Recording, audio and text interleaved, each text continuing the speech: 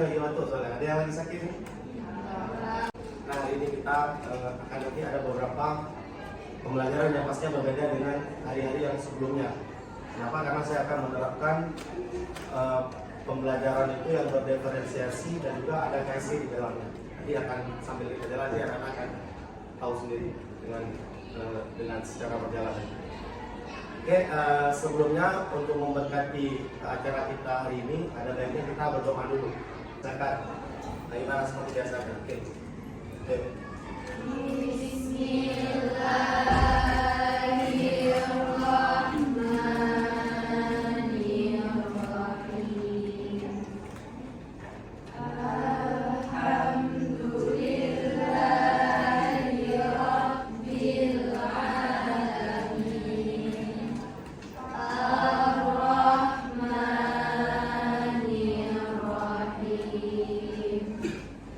Baiklah, anak-anak kami sekalian, belum tahu kalau Pak karena ini masih kelas 10 ya. Kesepakatan kelas itu adalah sesuatu hal, keyakinan kelas atau suatu kebaikan, nilai kebaikan yang kita sepakati bersama.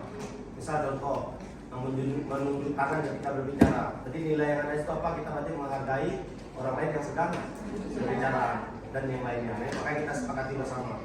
Ini ada beberapa kesepakatan kelas yang sudah ada saya buat. Yang pertama menunjuk tangan ketika berbicara. Bagaimana kita sepakat? Nah, berarti ketika berbicara nanti, ketika ada diskusi kelompok atau sebagainya, kita akan memberi kesempatan kepada yang berbicara dengan menunjuk tangan. Ya. Yang kedua, aktif dalam kegiatan. Jadi kita harapkan semuanya bisa terlibat dalam setiap kegiatan yang ada di kelompok. Gimana sepakat? Oke, mengikuti kegiatan dengan khidmat atau dengan tertib lah. Nggak ada yang lagi permainan dia keluar gitu. Sepakat semuanya? Oke, tidak potong pendapat teman. Sepakat? Oke, tidak takut memberikan pendapat. Ya, sepakat ya? Nah, nilai apa yang dapat sih? Berarti kan kritis, jangan takut untuk kasih pendapat. Oke, baik. Jadi ini sudah kita sepakati bersama. Nah, ada itu SDT. Kalau dalam film itu intermezzo, artinya kita mau lihat supaya lebih ceria, bahagia, maka kita buat SDT. Sambil saya mau lihat, ini banyak yang nggak fokus ini tadi. Oke, SDT-nya. Nah, merangkai kata itu mengucap kata kalimat secara cepat, diulang-ulang dan bersambung. Nah, ini akan kelihatan yang nggak fokus. Nah, contoh, kepala dulu, kelapa dibalut, kelapa. Taplak berupa gelepung satu-satu tujuh busuk contoh. Oke, cara meningkatkan konsentrasi. Nah, mengucapkan warna dan bukan baca tulisan. Jadi nanti permainannya itu kalian mengucapkan warnanya bukan tulisannya. Paham ya? Nah, kita lihat. Jadi nanti kalau yang salah kelihatan, yang nggak fokus. Ini siapa fokus semuanya? Siapa fokus semuanya? Oke. Oke, semuanya keluar suara. Yang nggak mengeluarkan suara ataupun yang salah mengucapkan juga itu berarti salah. Kalau dia diam aja itu salah. Yang kedua, kalau dia mengucap selain mengucapkan warnanya itu salah. Oke, bukan kata-kata yang ada dibaca tapi warnanya yang disebutkan. Paham ya? Nah, kembali sini. Mengucapkan warna bukan dibaca tulisan. Paham semua ya? Oke, kita lihat lagi. Kuning, hijau, nah, ini ada masih nggak fokus nih. Siap semuanya? Ingat permainannya fokus di kelas nih. Ya? Oke. biru, kuning, abu-abu, ungu merah. Ini yang merasa salah sebelum saya berikan jadi terus tempat. Yang merasa salah tadi sebelum saya sebut jadi terus tempat. Oke, kita lanjut ya. Gak apa-apa. Lanjut. Kamu tadi tugas lihat teman yang salah. Ya, tunjukin saya. Oke.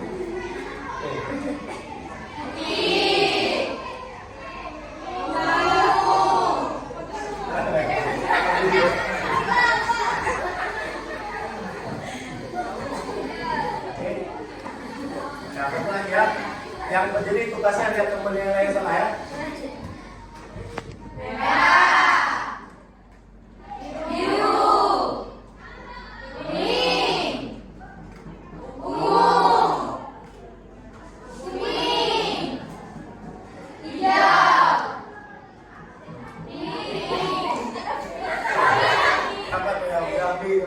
Diri yang kambing.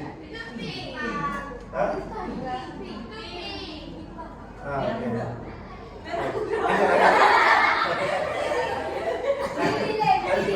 Lanjut.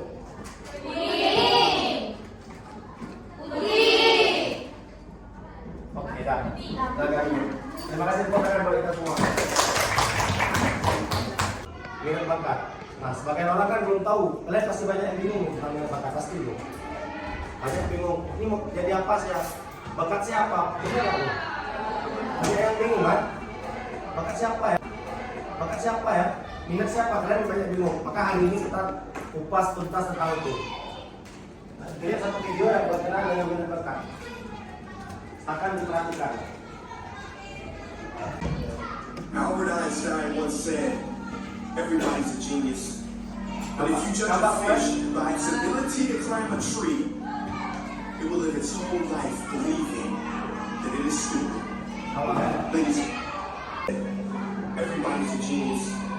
But if you judge a fish by its ability to climb a tree, it will live its whole life believing that it is stupid. Ladies and gentlemen of the jury, today on trial we have modern day schooling. Glad you could come. Not only does he make fish climb trees, but also makes them climb down and do a 10-mile run. Tell me, school, are you proud of the things you've done? Turning millions of people into robots, do you find that fun? Do you realize how many kids relate to that fish swimming upstream in class, never finding their gifts, thinking they are stupid, believing they are useless?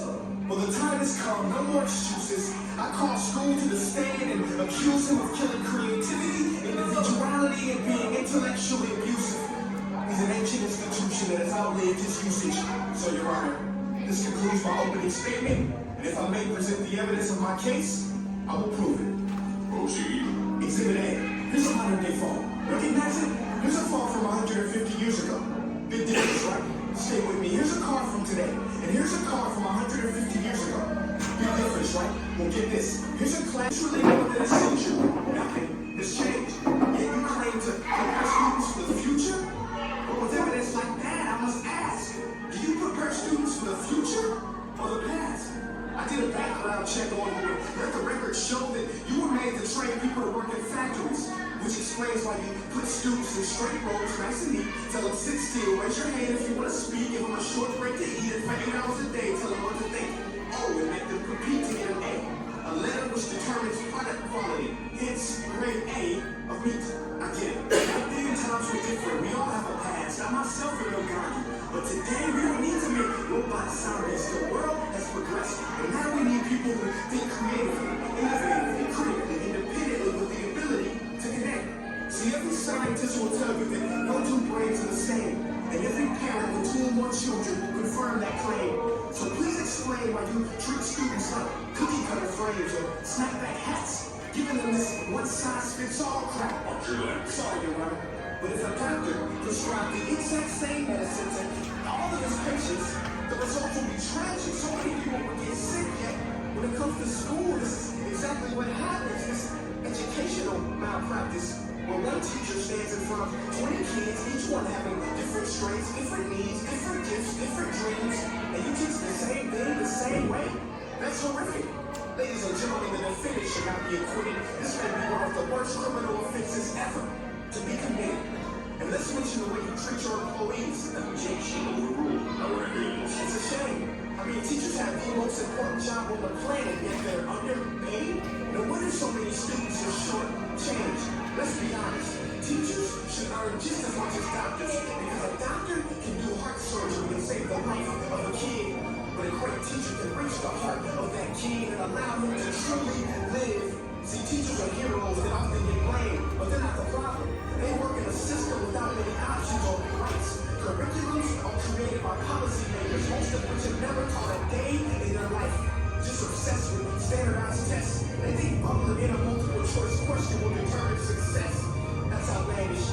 In fact, these tests are too cruel to be used. It should be banned, and don't take my word for it. Take Frederick J. Kelly, the man who invented standardized testing, who said, and I quote, "These tests are too cruel to be used and should be abandoned."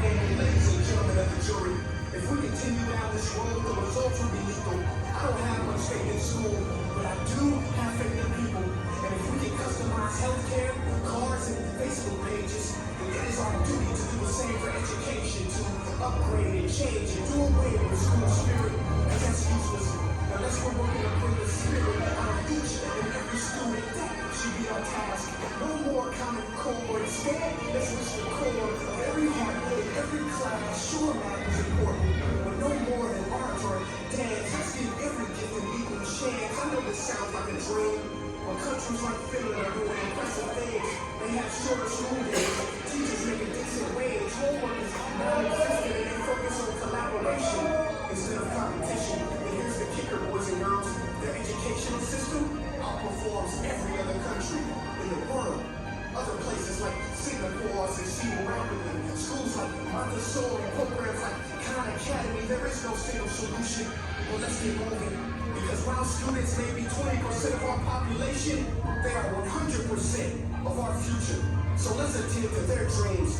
And there's no telling when we can achieve. Ikan kelelawar, kucing kalau diajak berenang nggak semua dia tuh, dia nggak bisa lama-lama dia ya. Tapi giliran kalau suruh memburu tikus, ya dia kucing. Jadi setiap orang tuh punya bakat. Nah inilah materi kita hari ini tentang apa itu kecerdasan majemuk. Sebenarnya saya lupa tulis satu. Delapan kecerdasan majemuk itu teori Howard Gardner, teori terkenal tuh. Contoh ini, Messi itu cerdas nggak? Cerdas. Kenapa? Nggak semua pemain bola sama dengan Messi. Nah itu kecerdasan apa? Kinestetik teman. Dia IQ bisa di atas rata-rata orang.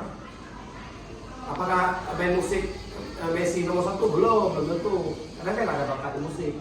Nah kalau musik lain jadi berarti bakatnya musik. Nah jadi itulah yang nanti kita tampilkan tadi.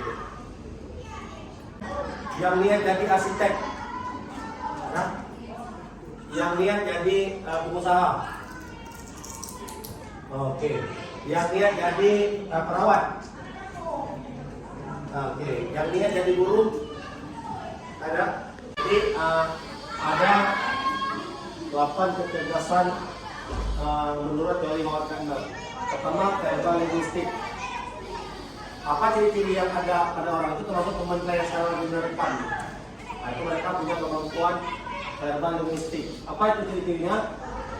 Yang mampu mengolah kata seperti dalam bahasa menulis memiliki peka bunyi atau bahasa dapat berkali-kali dan kita orang mengajar orang aktif. Oh bukan yang menurut kami berarti ini artis. Biasa dimiliki oleh penulis, pengacara, penulis, reporter dan lainnya. Nah, mereka memiliki kemampuan seperti ini, membaca, menyimak, menulis atau berbicara. Nah, bagaimana cara mengembangkan orang yang punya kecerdasan ini? Caranya ialah dia harus rajin membaca, membuat tulisan, berlatih bercerita, pidato ataupun berdebat. Itu caranya mengembangkan bakat yang ada pada dirinya. Selanjutnya ada logika matematika. Nah, ini orang-orang punya logika matematika ini.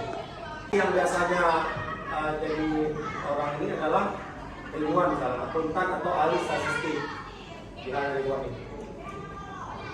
Cara mengembangkannya bagaimana? Dia orang matematika seperti kalian berkembang, nanti cara hitung yang menggunakan, membaca geometri matematika, mengenal bentuk geometri dan lain sebagainya. Nah, itu cara dia untuk mengembangkan bakat dia.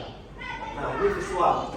Nah, visual ini dia punya kemampuan menggambar di atas rata-rata. Dia mampu melihat dan menghafal jalan anak dengan kecerdasan visualnya. Menggambar jalan rumah. Ini orang-orang asli rumah. Ini orang-orang arsitek nih. Ini orang-orang punya kemampuan ini dia cocok jadi arsitek. Profesi ini menggunakan jalan di antaranya melukis, desainer, pematung dan pilot. Nah, dia bisa memperkirakan. Oh ini segini jaraknya, ini jaraknya. Itu orang-orang memang itu bakat dia seperti itu. Nah, selanjutnya kinestetik jasmani ini orang-orang olahraga nih. Misalnya penari, atlet, itu mereka cerdas. Tapi kecerdasan apa? Kecerdasan kinestetik jasmani. Nah, itu boleh disertif tuh. Kalian lihat di internet 8 kecerdasan majemuk. Ini musikal. Lalu dia interpersonal. Interpersonal itu dia kemampuan sosial itu bagus. Pernah nggak kalian dalam kawanan? Bisa lihat kalau nggak ada dia tuh rasanya nggak ramai, ada nggak? Nah itu berarti kawan kita tuh dia punya kecerdasan ini ya. Nggak semua orang punya. Bisa kita 5. Asal nggak ada dia kayak ada yang kurang di bawah ini. Nah itu dia kecerdasan ini. Karena dia mampu buat suasana tuh hidup. Nah ini kecerdasan interpersonal. Jadi ada di apa dia ini? Ada bisa dilihat. Ini contohnya organisasi, jadi bisa jadi guru ya, bisa jadi yoga center, bisa jadi jurunding dan sebagainya. Dan terakhir interpersonal. Interpersonal ini biasanya orang-orang yang dia kalau dalam kawanan itu dia paling tahu tentang hidup. Dia nggak nyadar ini dia sehingga kan teman mulai gitu kita ini suksesful dia. Orangnya dia lebih cepat dewasa kelihatan daripada kitanya. Nah, dia itu contohnya orang-orangnya. Nggak merasa gusukan ada tuh orang yang bocor, tapi nggak gini. Jadi dia orang kalau dewasa. Nah, dia biasanya bisa di tempat cerita orang, kenapa dia nggak banyak merasa gusuk lah. Oke, lalunya kebiasaan naturalis. Ini contoh pekerja apa? Dokter hewan, orang kerja di hutan. Dia bertani, dia udah punya bakat situ, hobi. Ada nggak orang yang suka ke sawah, suka ikut mapalah, dasar di hutan, dia udah bahagia lihatnya. Nanti memang kecerdasan dia di situ. Oke, nanti memanfaatkan sebuah media yang ada. Apalagi sekarang zamannya kalian sudah punya HP, semua bawa HP.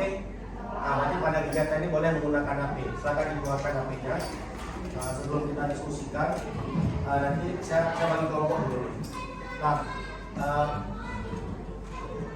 yang coba cari teman yang kira-kira panjangnya berdekatan.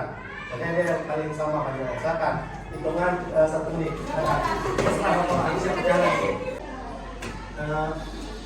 Ini kan ini tinggi nih, berarti nggak mau ke sana. Ini sama tingginya, ini sama tingginya. Nah itu sini orang. Ya. 3, 4, 5, 4, 5, 3, 6, 4. Berarti apa yang tadi? Diskusi kelompok. Kita akan saling diskusi. Kamu cari tahu tentang verbal linguistik. Verbal linguistik dan logika matematika. Verbal linguistik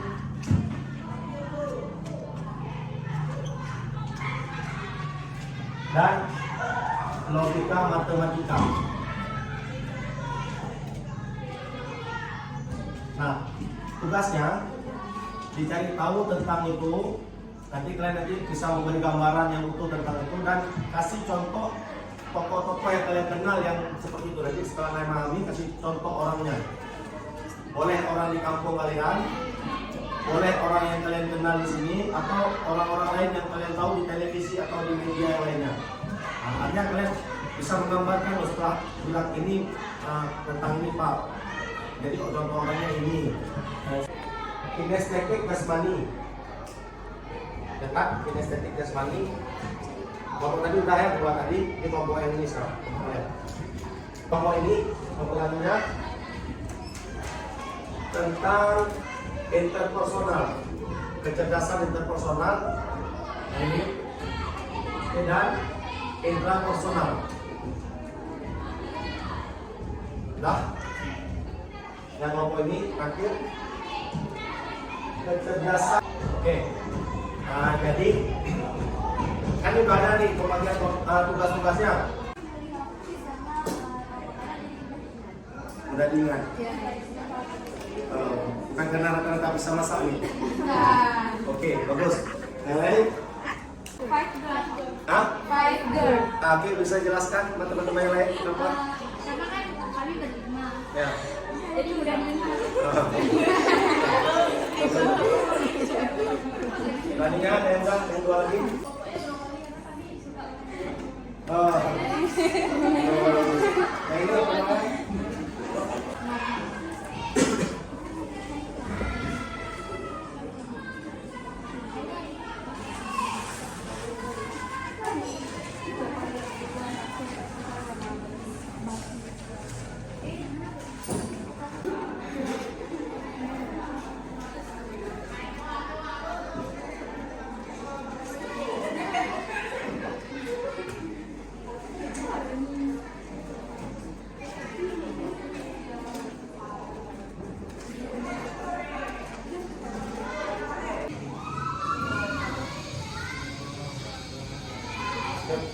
Ya, aku ditunjukkan dan bukan.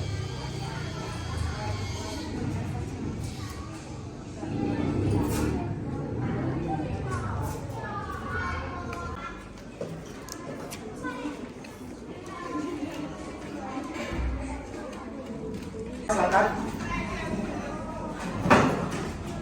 Ya, bagus. Silakan.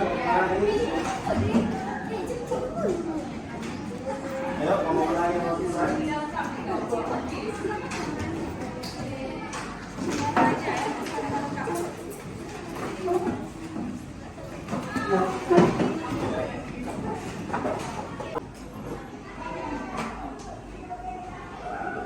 Ya, maka mari kita kasih aplaus untuk kelompok kokis.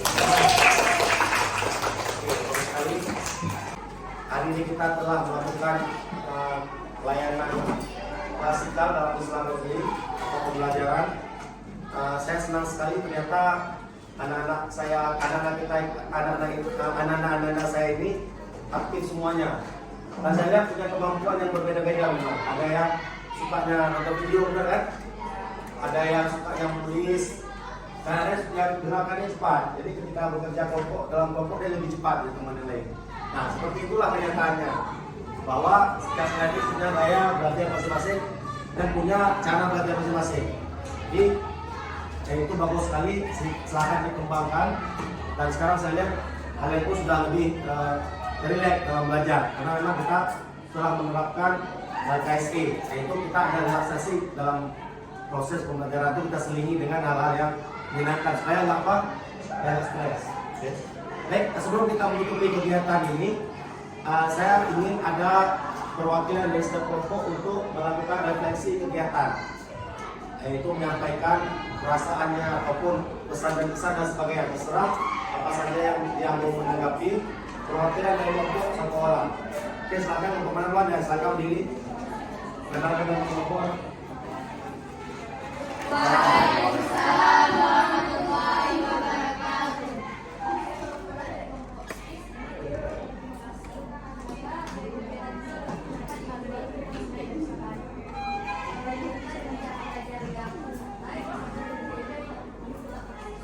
Ya, plus buat temannya. Kita lihat. Kamu lain, ada kamu mana lagi yang mau menyampaikan refleksi kegiatan? Kamu mana lagi mau? Ya silakan. Kamu ini. Ya silakan.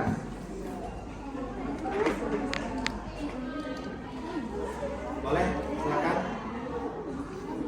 Ayo, jangan malu-malu. Silakan. Waalaikumsalam warahmatullahi wabarakatuh. Saya perwakilan dari kelompok Fighter. Dengan adanya kegiatan ini, kami bisa jadi lebih mengetahui tentang makanan. Nggak bosan juga, bisa lebih fokus. Baik, aku semua teman kalian semuanya. Saya lebih bantu. Oke, selanjutnya kelompok ini, silakan.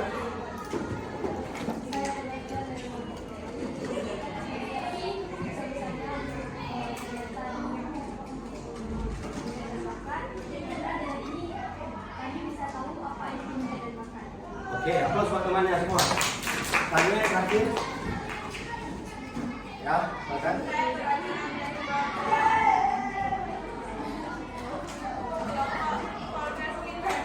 Ya.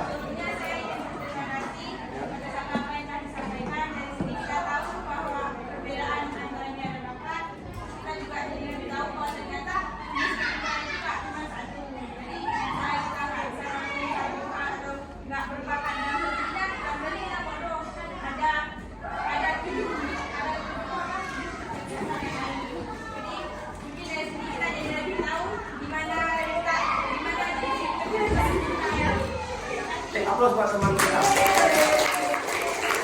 Alhamdulillah dengan berakhirnya konferensi tadi, maka kegiatan kita ini untuk yang ini selesai.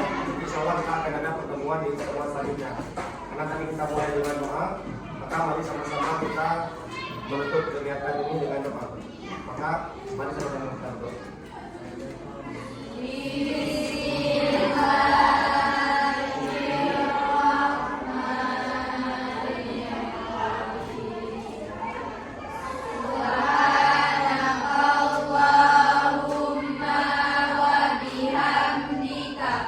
Asyhadu an la ilaha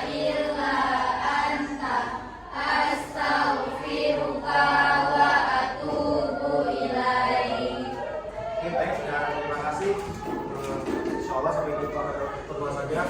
Wabillahi taufiq. Assalamualaikum warahmatullahi wabarakatuh.